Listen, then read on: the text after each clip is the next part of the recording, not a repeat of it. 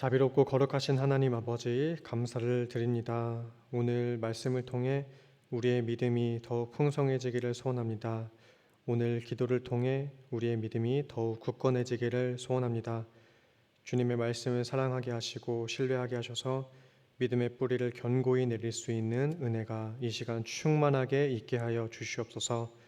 오늘 주신 복된 이 하루, 우리가 세상 속을 살아가며 세상 그 무엇보다 강하신 예수 그리스도의 편에 서 있게 하시고 하나님의 능하신 오른손을 의지하는 주님의 백성들, 주님께서 안위하시고 보호하여 주시옵소서.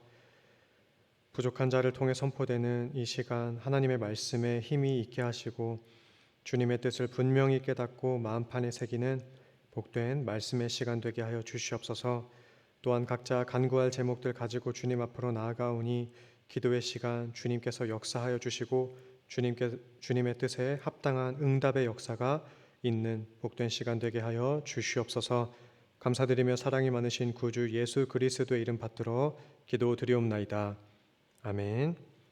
함께 찬송가 70장 찬양하시겠습니다.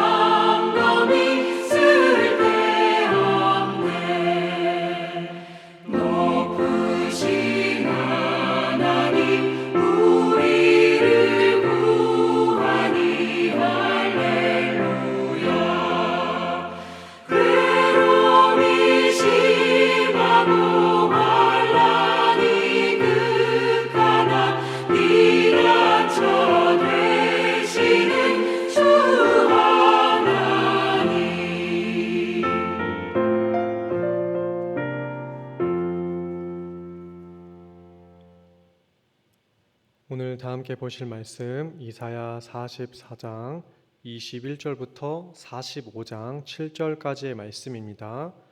이사야 44장 21절부터 45장 7절까지의 말씀 제가 봉독해 드리겠습니다. 야곱아 이스라엘아 이 일을 기억하라. 너는 내 종이니라. 내가 너를 지었으니 너는 내 종이니라. 이스라엘아 너는 나에게 잊혀지지 아니하리라. 내가 내 허물을 빽빽한 구름같이 내 죄를 안개같이 없이 하였으니 너는 내게로 돌아오라. 내가 너를 구속하였음이니라. 여호와께서 이 일을 행하셨으니 하늘아 노래할지어다. 땅의 깊은 곳들아 높이 부를지어다. 산들아 숲과 그 가운데의 모든 나무들아 소리내어 노래할지어다. 여호와께서 야곱을 구속하셨으니 이스라엘 중에 자기의 영광을 나타내실 것이미로다. 내 구속자요 모태에서 너를 지은 나 여호와가 이같이 말하노라. 나는 만물을 지은 여호와라. 홀로 하늘을 폈으며 나와 함께한 자 없이 땅을 펼쳤고 헛된 말을 하는 자들의 징표를 패하며 점치는 자들을 미치게 하며 지혜로운 자들을 물리쳐 그들의 지식을 어리석게 하며 그의 종의 말을 세워주며 그의 사자들의 계획을 성취하게 하며 예루살렘에 대하여는 이르기를 거기에 사람이 살리라 하며 유다 성읍들에 대하여는 중건될 것이라. 내가 그 황폐한 곳들을 복구시키리라 하며 기품에 대하여는 이르기를 마르라. 내가 내 강물들을 마르게 하리라 하며 고레스에 대하여는 이르기를 내 목자라. 그가 나의 모든 기쁨을 성취하리라 하며 예루살렘에 대하여는 이르기를 중건되리라 하며 성전에 대하여는 내 기초가 놓여지리라 하는 자니라. 여호와께서 그의 기름을 부음 받은 고레스에게 이같이 말씀하시되 내가 그의 오른손을 붙들고 그 앞에 열국을 항복하게 하며 내가 왕들의 허리를 풀어 그 앞에 문들을 열고 성문들이 닫히지 못하게 하리라. 내가 너보다 앞서 가서 험한 곳을 평탄하게 하며 논문을 쳐서 부수며 쇠배장을 꺾고 내게 흑암 중의 보화와 은밀한 곳에 숨은 재물을 주어 내 이름을 부르는 자가 나 여호와 이스라엘의 하나님인 줄을 내가 알게 하리라. 내가 나의 종 야곱 내가 택한 자 이스라엘을 위하여 내 이름을 불러 너는 나를 알지 못하였을지라도 내게 칭호를 주었노라. 나는 여호와라. 나 외에 다른 이가 없나니 나밖에 신이 없느니라. 너는 나를 알지 못하였을지라도 나는 내 띠를 동일 것이요 해 뜨는 곳에서든지 지는 곳에서든지 나밖에 다른 이가 없는 줄을 알게 하리라. 나는 여호와라. 다른 이가 없느니라. 나는 빛도 짓고 어둠도 창조하며 나는 평안도 짓고 환난도 창조하나니 나는 여호와라. 이 모든 일들을 행하는 자니라 하였노라. 아멘. 어제 이사야 기자는 우상과 비교되지 않는 하나님의 위대하심, 우상 숭배의 어리석음과 허무함을 같이 이야기했습니다. 이어서 오늘 본문을 시작하면서 이스라엘에게 한 가지 일을 기억하라고 말씀합니다. 1절에서 기억하라 라고 하신 이 일은 하나님께서 이스라엘을 잊지 않으신다는 사실을 가리키게 합니다. 특별히 본문은 이스라엘의 허물을 빽빽한 구름이라 비유하고 그들의 죄를 안개같이 없어지는 것으로 표현하고 있습니다. 빽빽한 것과 없어지는 것을 동시에 보여주고 있습니다. 이렇게 주님의 용서를 통해 그들의 허물이 흔적도 없이 사라지게 될 것입니다. 이 사실을 백성들은 기억해야 합니다. 지금 이스라엘은 자국이 멸망하고 바벨론으로 붙들려온 지 수십 년을 지내고 있는 중입니다. 그들 나름에는 여호와께 선택받은 민족이다 하는 선민의식, 특권의식이 있었는데 이제는 그것마저 헷갈리는 시점이 되었고 주님과의 관계에, 주님의 계획에 의심을 품지 않을 수가 없었습니다. 그렇게 버림받았고 아버지가 우리를 잊으셨다고 생각하면서 절망에 빠져 있었습니다. 바로 그때 주님은 이사야 선지자를 통해서 내가 너희를 잊지 않았다라고 말씀합니다. 그들의 회복과 구원의 유일한 근거는 다른 무엇이 아닌 절대자의 용서에 달려 있습니다.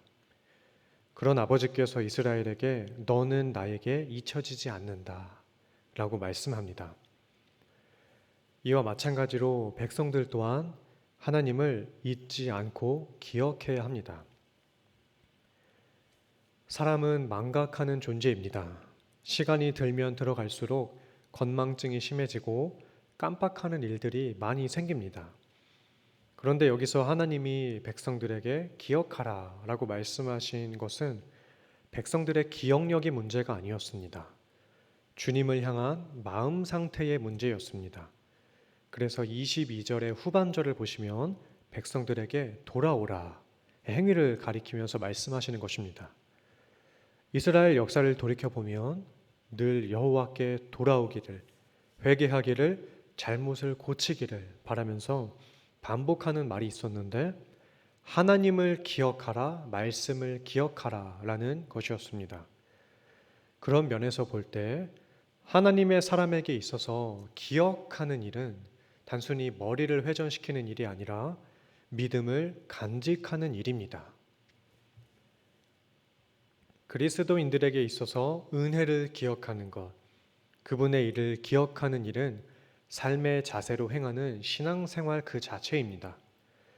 우리가 어떤 처지에 놓여 있든 주님은 우리를 잊지 않으시고 기억하십니다.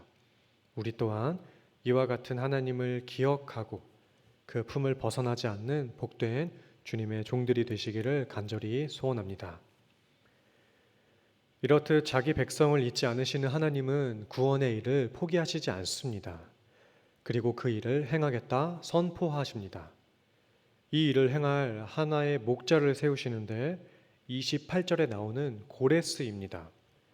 놀랍게도 이 고레스는 이방인인데요.